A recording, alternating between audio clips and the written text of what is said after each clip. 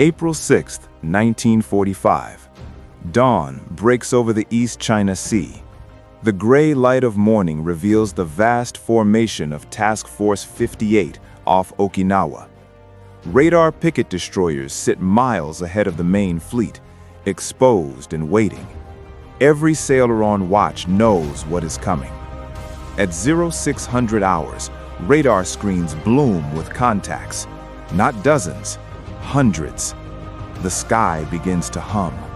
The sound grows from distant vibration into a rising mechanical roar, the engines of nearly 300 Japanese aircraft in coordinated waves.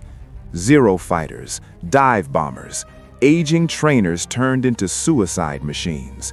And among them, the most feared weapon of all, the Oka, the rocket-powered suicide bomb nicknamed Baka by American sailors, carried beneath vulnerable Betty bombers. Inside those cockpits sit young men who do not plan to return.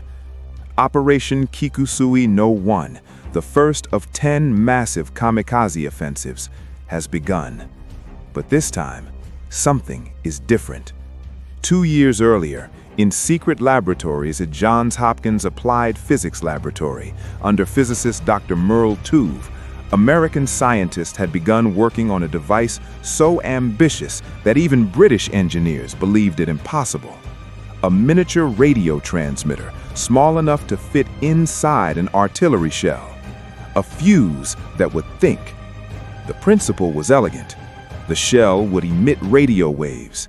When those waves bounced back from an aircraft and shifted frequency, the Doppler effect, the fuse would detonate automatically. No timers, no guesswork, no precise distance calculations. The shell would know when it was close enough. But engineering such a device bordered on madness. When fired from a 5-inch naval gun, the projectile experienced acceleration forces of 20,000 times gravity. It spun at 25,000 revolutions per minute. It traveled at 2,600 feet per second. Inside it, fragile glass vacuum tubes had to survive that violence and still function. They did. By April 1945, American industry had produced more than 15 million proximity fuses. Factories across the nation, RCA, General Electric, Crowsley, Eastman Kodak, ran around the clock. What began as a $732 experimental device in 1942 was now mass-produced for $18. Technology had been industrialized. Now it would be tested.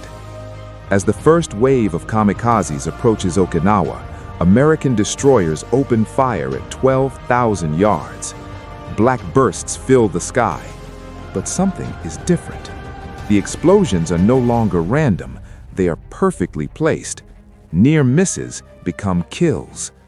Aircraft begin falling miles from the fleet.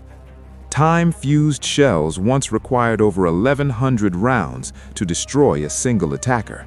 The proximity fuse reduces that number to about 310. In ideal conditions, it takes only 2.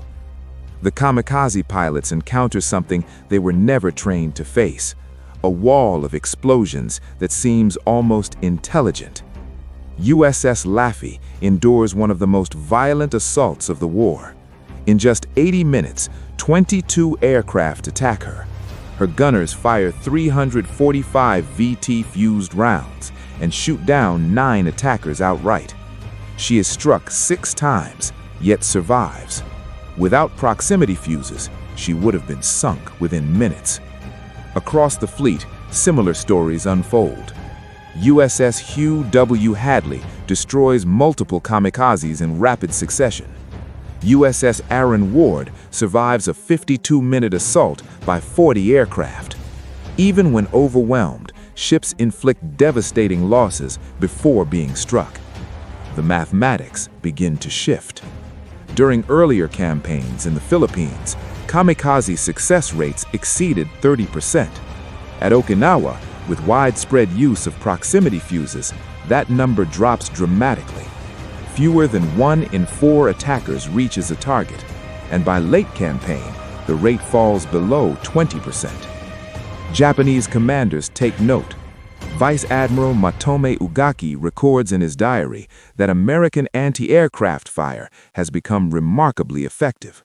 Pilots report shells exploding with uncanny precision.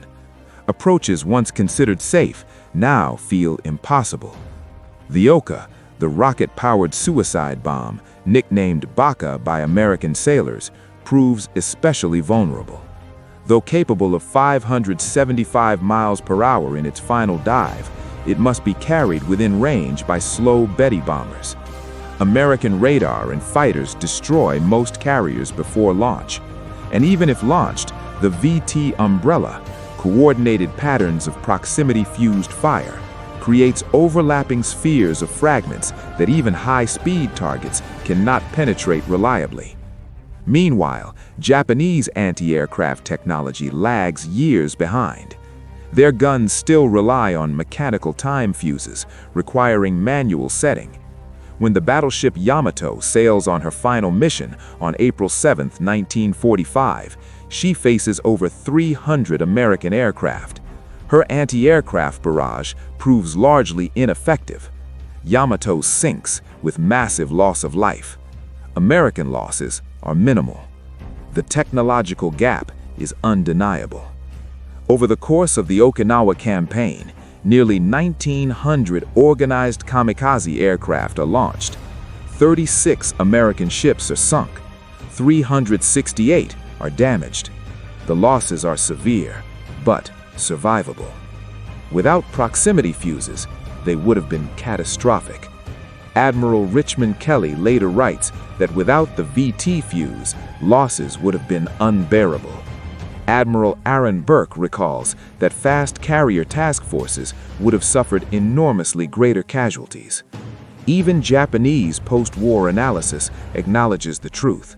Against fleets protected by proximity fuses, projected kamikaze success rates during a planned invasion of Japan were estimated as less than 10%. Militarily insignificant. The strategy of sacrifice had been neutralized by circuitry. The contrast was stark. On one side, young pilots told their deaths would change the course of the war. On the other, an electronic device weighing less than 5 pounds, containing 130 components, functioning for less than 30 seconds, and ending the mission before impact. It was not merely a weapon, it was a transformation. The proximity fuse marked the birth of smart munitions, weapons capable of sensing and deciding. It validated the American belief that science, industry, and engineering could overcome even the most determined human attack. At Okinawa, electronic intelligence defeated human sacrifice. When historians speak of radar or the atomic bomb, they often overlook this smaller device. Yet many naval officers later considered the proximity fuse one of the 3 most decisive technological breakthroughs of the war.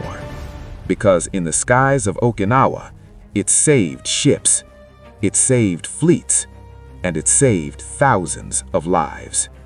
The kamikaze embodied resolve. The proximity fuse embodied innovation. In the end, innovation prevailed.